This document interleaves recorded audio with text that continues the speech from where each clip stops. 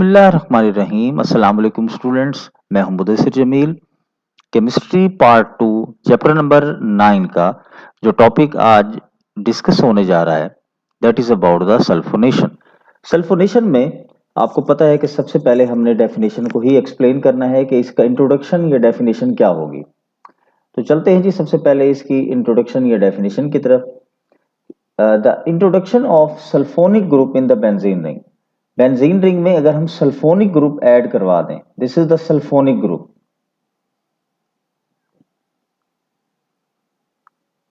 Sulphonic group, ठीक है जी।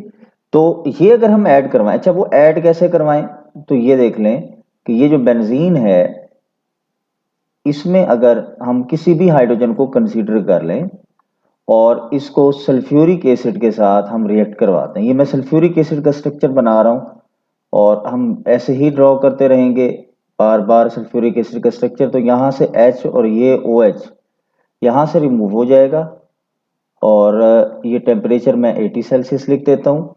और यहाँ पर जो है ये हमारे पास सल्फोनिक ग्रुप जो है इसके साथ अटैच हो जाएगा। इलेक्ट्रोफिलिक सब्स्टिट्यूशन रिएक्शन के जरिए सल्फोनिक ग्रुप यहाँ अटैच हो गया। This is called the sulphonation. अब एक बात तो याद रखनी है कि इसकी जो रिएजेंट्स हैं वो कौन कौन से हैं। इसके रिएजेंट्स में सबसे पहले हम या तो यूज कर सकते हैं यहाँ पे कंसंट्रेटेड सल्फ्यूरिक एसिड, ये यूज कर ले आप। और इसके लिए टेम्परेचर आपको रिक्वायर्ड होगा 80 सेल्सियस, हाई टेम्परेचर पर ही होगा ये। लेकिन अगर आप इसके अल्टरनेटिवली यूज करें फ्यूमिंग सल्फ्यूरिक एसिड, अच्छा ये भी क्लियर कर लें कि इसको फ्यूमिंग सल्फ्यूरिक एसिड क्यों कह रहे हैं हम। ये मैं लिख देता हूं fuming sulphuric acid. Fuming sulphuric acid is actually, ये दो चीजें इसके अंदर शामिल होती हैं। एक है H2SO4 और एक इसमें होता है SO3। अब मुख्तलिफ बुक्स में मुख्तलिफ कंसेंट्रेशन दी गई है। बहरहाल 7% भी लिखा हुआ है और कई बुक्स में 10% भी लिखा हुआ है। तो हम 10% एक एस्टिमेटेड अमाउंट जो मोस्ट ऑफ द बुक्स में गिवन है कि ये 10% जो है SO3 और H2SO4 का एक मिक्सर है जिसको हम कलेक्टिवली नाम देते हैं H2S2O7 का। इसको हम ओलियम भी कहते हैं, इसको हम ओलियम भी कह सकते हैं और इसको हम पायरोसल्फ्यूरिक एसिड भी कहेंगे। तो ये हमारे पास मुख्तलिफ नाम हैं जो हम इस कंपाउंड को जो है वो इस मिक्सर को जो है वो हम नाम देते हैं। तो बेटा ये अब हमारे पास बन गया। इसके लिए जो टेम्परेचर रिक्वायर्ड होगा ना वो टेम्परेचर होगा जस्ट 25 सेल्सियस, यानी रूम टेम्परेचर पे ये प्रोसेस प्रोसीड हो जाएगा। तो इसलिए सल्फोनेशन इससे कंपैरेटिवली इजी हो जाती होती है। अब हम आगे चलते हैं जी। ये याद रख लें कि H2SO4 का जो हमारे पास इलेक्ट्रोफिलिक सब्स्टिट्यूशन प्रोसेस है ये कंपैरेटिवली डिफरेंट है as compare to other electrophilic substitution reaction, इसलिए कि ये रिवर्सिबल प्रोसेस है। तो इसके मैकेनिज्म में ये जो पहला स्टेप हमारे पास है वो है इसकी ऑटो आयोनाइजेशन का। H2SO4 के स्ट्रक्चर को मैं लिख देता हूं HOSO3H और यहां पर भी ऐसे लिख देते हैं हम HOSO3 एंड H, यूं लिख देते हैं। अब देखें सबसे पहले आपने ये बात याद रख लेनी है कि इस SO3 को ना हमने यहां से रिमूव कर देना है एज एन इलेक्ट्रोफाइल और यहां से HSO4 को हमने रिमूव कर देना है एज ए बेस। तो अब आप देखें ये जो HSO4 होगा ये नेगेटिवली चार्ज हो जाएगा।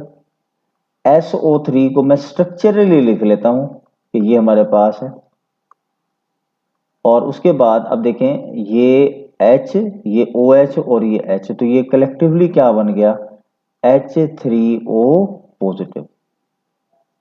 अब हमारा ये क्वेश्चन ये है कि which one is the electrophile among the following. तो अंडरस्टूड बात ये है हम इसको कंसीडर करेंगे इलेक्ट्रोफाइल,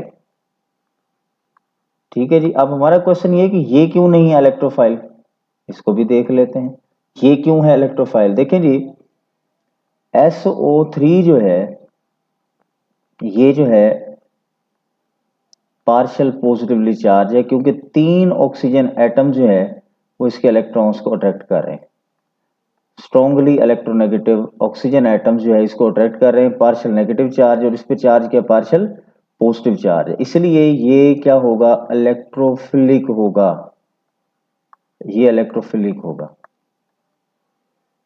अब इसके इलेक्ट्रोफिलिक होने की वजह इसकी स्टेबिलिटी भी नो डाउट है, इलेक्ट्रोफिलिक होगा। अब हम कहते हैं H3O पॉजिटिव क्यों नहीं होगा। देखें H3O पॉजिटिव क्यों नहीं होगा, दो तीन रीजंस हैं।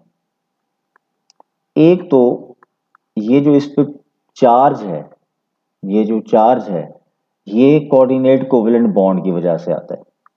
उसके बाद नो वैकेंसी अवेलेबल, इसमें ना कोई वैकेंसी नहीं है कि इलेक्ट्रॉन को वो पिक कर ले। हमेशा इलेक्ट्रोफाइल की ये क्वालिटी होती है कि उसके पास वैकेंसी अवेलेबल होती है फॉर पिकिंग द इलेक्ट्रॉन्स। और ये जो पॉजिटिव चार्ज आया ये क्यों आया, क्योंकि ये H2O और H पॉजिटिव की वजह से। अब इसमें ऑलरेडी ये लोन पेयर ऑफ इलेक्ट्रॉन दे चुका है, इसको दे चुका है और इस पे पॉजिटिवली चार्ज आ गया, तो ये पहले जो है वो एक न्यूक्लियोफाइल के तौर पे एक्ट कर चुका है। अब इसके पास कोई वैकेंसी अवेलेबल भी नहीं है कि इलेक्ट्रॉन ये ले कहीं से, तो इसलिए ये इलेक्ट्रोफाइल के तौर पे एक्ट नहीं करेगा, ये इलेक्ट्रोफाइल के तौर पे एक्ट करेगा, मैंने आपको बता दिया क्यों। अब दूसरे स्टेप में देखें, हमारे पास है बेंजीन रिंग। ये बेंजीन रिंग के इलेक्ट्रॉन्स का अटैक यहाँ पे SO3 पर, इस सल्फर पर जरूर होगा। मैंने आपको बता दिया ये पार्शियल पॉजिटिव है, ये यहाँ पर अटैक हुआ और अटैक होने के बाद ये बेंजीन रिंग में ये सल्फोनिक ग्रुप जो है वो ऐड हो जाएगा। ये मैं यहाँ से इलेक्ट्रॉन खत्म कर देता हूँ, ये पॉजिटिव चार्ज आ गया, ये सल्फोनिक ग्रुप है S डबल बॉन्ड O, ये भी डबल बॉन्ड O, और ये यहाँ पर आ गया।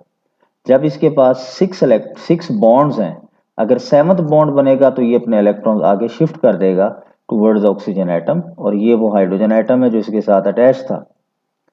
अब नेक्स्ट स्टेप में ये होगा कि ये जो सिग्मा कॉम्प्लेक्स बना हुआ है या फिर ये एरिनियम आयन या बेंजोनियम आयन बना हुआ है, ये यहाँ पर ये देखें, यहाँ पे रिमूवल ऑफ प्रोटॉन जो है ये प्रोसेस होना है। ये HSO4 जो बेस के तौर पे एक्ट करेगा, it will attack on the hydrogen atom and electron will be shifted toward the benzene ring, जैसे कि आप प्रीवियस मैकेनिज्म्स में पढ़ते आए हैं बार बार। अब यहाँ पर ये बेंजीन रिंग ने अपने इलेक्ट्रॉन्स पूरे कर लिए और still having the negative charge on the oxygen atom which is stabilised by the protonation. तो यहाँ पे ये जो है वो डी प्रोटोनेशन हो रही है और यहाँ पे प्रोटोनेशन हो जाएगी। ये हमारे पास है जी, यहाँ पे ये देखें, ये SO3 नेगेटिव लिख देते हैं सिंपली। अब यहाँ पे H3O पॉजिटिव जो स्पीशीज थी ये प्रोटोनेटिंग एजेंट के तौर पे एक्ट करेगा, इसने प्रोटॉन देने हैं।